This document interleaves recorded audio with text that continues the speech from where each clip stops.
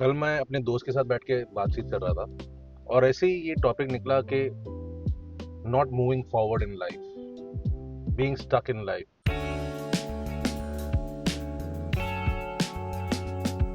वो बता रहा था कि उसकी ज़िंदगी आगे बढ़ नहीं रही है, काफ़ी स्टक है वो, और काफ़ी लंबे टाइम से, करीब 4.5-5 साल से स्टक है अपने करियर में, अपनी ज़िंदगी में। एज इफ दिन जा रहे हैं लेकिन वो वही खड़ा है। और आई एम श्योर ये काफ़ी लोगों के साथ, हमारे साथ ऐसा हो जाता है। It's such A common topic ना, सच ए कॉमन फीलिंग जो हमारे साथ हो जाती है। हम बोलते हैं ना कि I am so stuck, nothing is moving, है ना। तो ऐसा क्यों होता है? तो मैं ऐसी बात कर रहा था उसके साथ, और मैंने उसको ये बोला कि हमने एक छोटा सा कोचिंग सेशन रखा वहाँ पे, जहाँ पे मैं उसको कोच कर रहा हूँ, और and we literally did a role play. और मैंने उसको बोला थोड़ा सीरियसली लेना है इसको, और मैं तुमसे सवाल कुछ पूछूंगा, तुमसे सिर्फ उसका आंसर देना। कोचिंग का मतलब है to help you find out your own answers, है ना, वो कोचिंग होता है। बोला ठीक है, और हम दोनों बैठे। तो मैंने उसको सबसे पहला सवाल ये पूछा, what do you think is the main reason you feel this way, कि तुम स्टक हो। तो पता है उसने सबसे पहला आंसर क्या दिया? वो बोलता है कि मुझे पता है कि मुझे क्या करना है, लेकिन मैं कर नहीं रहा हूँ। आप समझे? तो आप देखो ना, रूट कॉज हमारा क्या है। हमको पता है कि हमें क्या करना है, वो एक डिसीजन। और मैं ना बहुत बड़ी बात नहीं कर रहा हूँ यहाँ पे कि काफ़ी सारी चीज़ें करनी है, लाइफ ऑल्टरिंग एक्टिविटीज़ या इवेंट्स हमें करने हैं आगे बढ़ने के लिए, ये डिस्कशन नहीं है। डिस्कशन ये है कि हम सब जानते हैं, कि हम स्टक है। और हमने ये ऑलरेडी आइडेंटिफाई कर लिया कि हम 4-5 साल से स्टक है और हम मूव नहीं कर रहे हैं, चाहे करियर हो, फैमिली हो, ग्रोथ हो, जो भी हो, कुछ भी नहीं हो नहीं रहा है। तो ये हमने ऑलरेडी आइडेंटिफाई कर लिया, ये बहुत बड़ा प्लस पॉइंट है। काफ़ी लोग ये आइडेंटिफाई नहीं कर पाते, काफ़ी लोग की ज़िंदगी खत्म हो जाती है आइडेंटिफाई करने में कि हम स्टक है, हमारी लाइफ आगे नहीं बढ़ रही है। हमें लगता है कि, और सोचो ना उन लोगों का क्या जो ये सोचते हैं कि उनकी लाइफ स्टक नहीं है, काफ़ी बिजी है वो, हाँ, दिन रात मेहनत कर रहे हैं, उनको लग रहा है कि मैं आगे बढ़ रहा हूँ, लेकिन बढ़ नहीं रहे। वो तो और भी ज़्यादा डेंजरस है ना।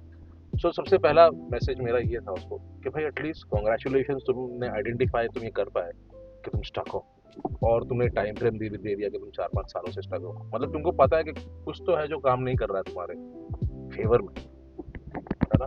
तो मैंने उसको सिर्फ इतना पूछा, ठीक है, गुड टू नो कि तुम वो नहीं कर रहे हो कि जो तुम्हें करना चाहिए, at least you have that sort of self awareness. तो मैंने उसको ये बोला कि तुम भाई 10 चीजों को पे फोकस मत करो, कॉन्सेंट्रेट मत करो। तुम जानते हो कि तुम्हें आगे बढ़ने के लिए वो एक चीज, एक ऐसा डिसीजन जो लाइफ ऑल्टरिंग डिसीजन हो सकता है, एटलीस्ट लाइफ को स्टैग्नेंट होने से बचाएगा, जो आपको आगे बढ़ाएगा, ऐसा एक डिसीजन क्या है वो। तो उसने मुझे बताया कि मेरा ये एक डिसीजन है कि मुझे ये शहर छोड़ना पड़ेगा, मुझे अपने पेरेंट्स को छोड़ के कहीं और जाना पड़ेगा। मेरे पेरेंट्स अभी, उनकी काफ़ी एज हो गई है, वो भी जा नहीं सकते हैं, और मैं यहाँ पे हूँ जहाँ पे, जिस शहर में नौकरी वालों की कोई इज्जत नहीं, कोई प्रोग्रेस नहीं होगी। मैं कैलकाटा की बात कर रहा हूँ, कैलकाटा में, और पेरेंट्स मेरे वो हो नहीं सकते, और वो होंगे भी नहीं, क्योंकि उनको कैलकाटा बहुत ज़्यादा पसंद है। उन्होंने बोल दिया कि हम कहीं और जाएंगे नहीं। अब वो ग्रोथ उसको मिल नहीं रही है, क्योंकि वो माँ बाप के साथ बैठा है, और ऑब्वियसली अच्छी अच्छी अपॉर्चुनिटीज, जॉब अपॉर्चुनिटीज वो छोड़ रहा है, वो अप्लाई भी नहीं कर रहा है, और वो उसी पोजीशन में, जॉब में स्टक है कैलकाटा के अंदर। तो अब उसको पता है पूरा सिनेरियो क्या है। तो उसका एक ही सोल्यूशन उसको ये है कि वो जॉब ढूंढे और बाहर निकले। तो वो एक लाइफ ऑल्टरिंग चीज है कि उसको खुद को मनाना कि भाई मुझे बाहर निकलना है। वो चाहे तो कहीं ऐसी जगह जा सकता है जहाँ से डायरेक्ट फ्लाइट एक्सेस हो, और वो हर 2-3 महीनों में अपने माँ बाप से मिलने आ सकता है। लॉट ऑफ ऑप्शन है, उसमें जा नहीं रहे। But the point is, larger picture क्या है इसका, ये है कि यूजुअली हमें पता होता है कि हमें क्या करना है, ये भी हमें पता होता है क्या करने से हमारी ग्रोथ होगी, क्या करने से हम आगे बढ़ सकते हैं, क्या करने से हम अनस्टक हो सकते हैं, लेकिन उन चीज़ों को एग्जीक्यूट नहीं करते। क्यों पता है? क्योंकि करना क्या है वो हमें पता है, लेकिन वो करने की कीमत हमको नहीं पता क्या है। प्लस हम वो कीमत चुकाने के लिए तैयार नहीं है।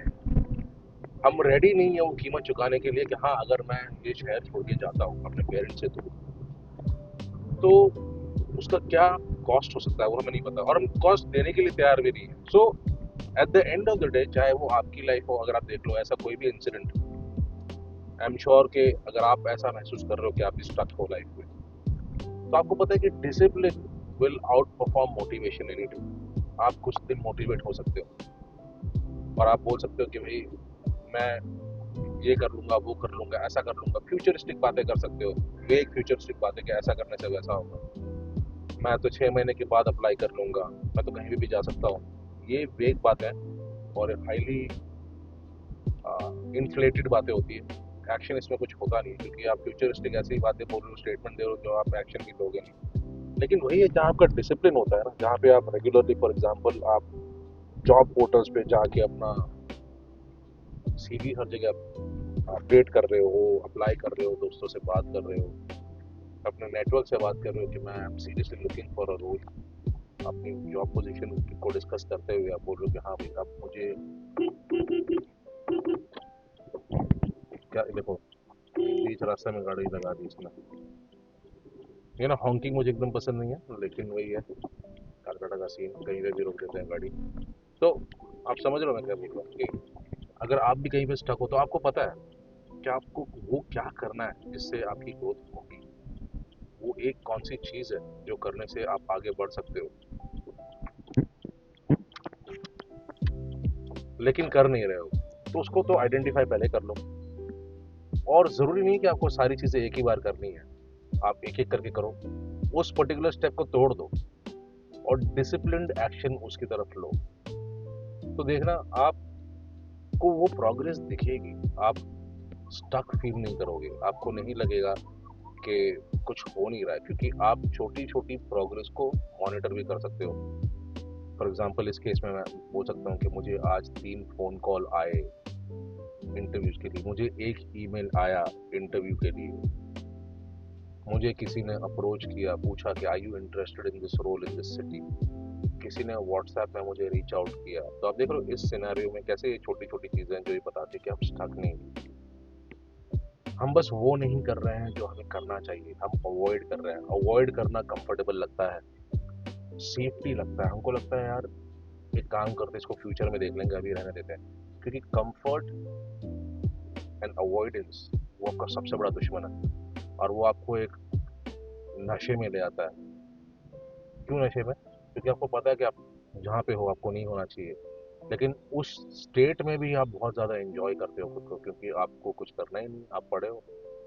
सो प्लीज़ कंफर्ट को और अवॉइडेंस को स्टेप्स लेना, अवॉइडेंस को भी अवॉइड करो, कंफर्ट को अवॉइड करो, और उन सारी चीज़ों को करो जो तुम्हें ऑलरेडी पता है कि तुम्हें आगे बढ़ा सकती है। One step at a time.